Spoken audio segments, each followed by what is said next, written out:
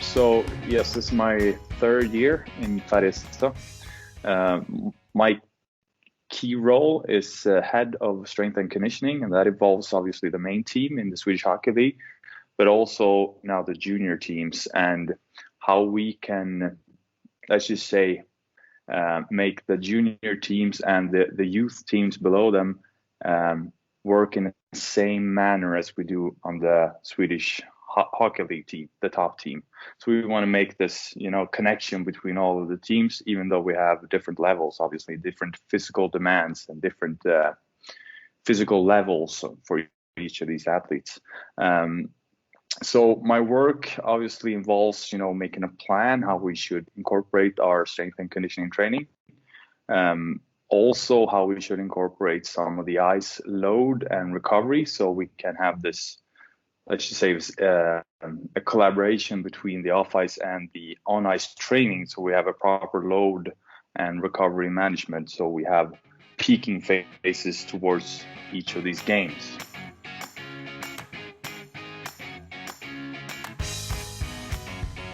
Let's just say the first and probably the main thing is that we have a lot of data from different other types of tech, or if we collect it by hand, whatever we do. We have test results, we have on ice sessions and all that. And I use Kinduct mainly to gather all of this data into one platform. And when I have the data inside the platform, I create reports, and these reports are then sent out to the athletes or to the coaches, and let them know what's going on with this type of data. And also, obviously, for me, it's a tool that I can use to analyze what's happening with the athletes, mainly in terms of progression, mainly in terms of, we do this on the ice and I want to see that get better. If it's not getting better, I can easily see it in a visual scale, and then maybe historically see what we had at this time a year ago, 2 years ago, 3 years ago, and so on. So it's easy for me to interpret data in historical fashions.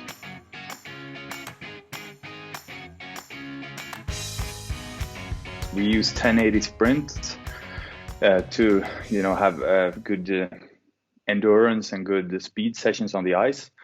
We also use it off ice, but not as much, because I believe it's a very good tool to use on the ice. We have some more, but just smaller performance tech that we use for the team. And obviously we have Kinduct as the AMS system we use. I use it as the strength and conditioning department, but also the medical staff are using it. So we're two-folded usage, you could say, but we obviously work together, so tight connection.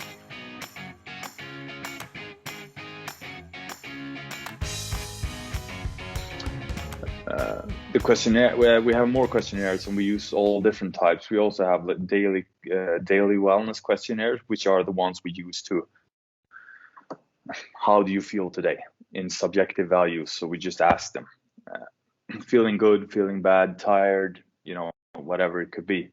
And that type of questionnaire and data is then used together with load.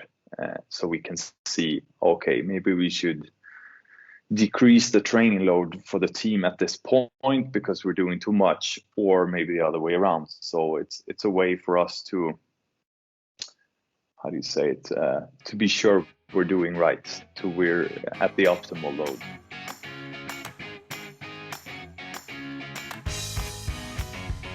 We have endurance tests that we do on the ice, and we want to see some, it's more like a repeated sprint, sort of, but these are longer sprints because it more looks like the game in Sweden compared to the National Hockey League. Other than that, we look at agility, which obviously it's a part of a speed thing as well, and then some the classic VO2 max values. We don't focus too much on upper body strength because we don't see that as important as the other parts. But but I guess what we're aiming at all the time is having athletes that are quick. We need good speed.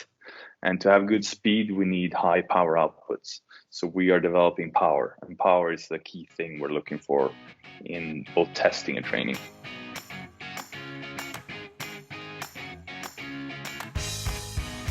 Well, obviously the coach has the last decision, but we can always have a discussion with the coaches, and we are, if we can see that maybe half of the team is scoring very high on the fatigue metric inside of this daily questionnaire, then there's something going on. Maybe we should decrease the training intensity today, or maybe we should decrease the duration of the training, both in terms of them being fatigued and tired, but also in the sense of injury risk of injury. So that's a connection we have, me as strength and conditioning, the medical staff, and then towards the coaches. So yes, there's collaboration and connection together, yes.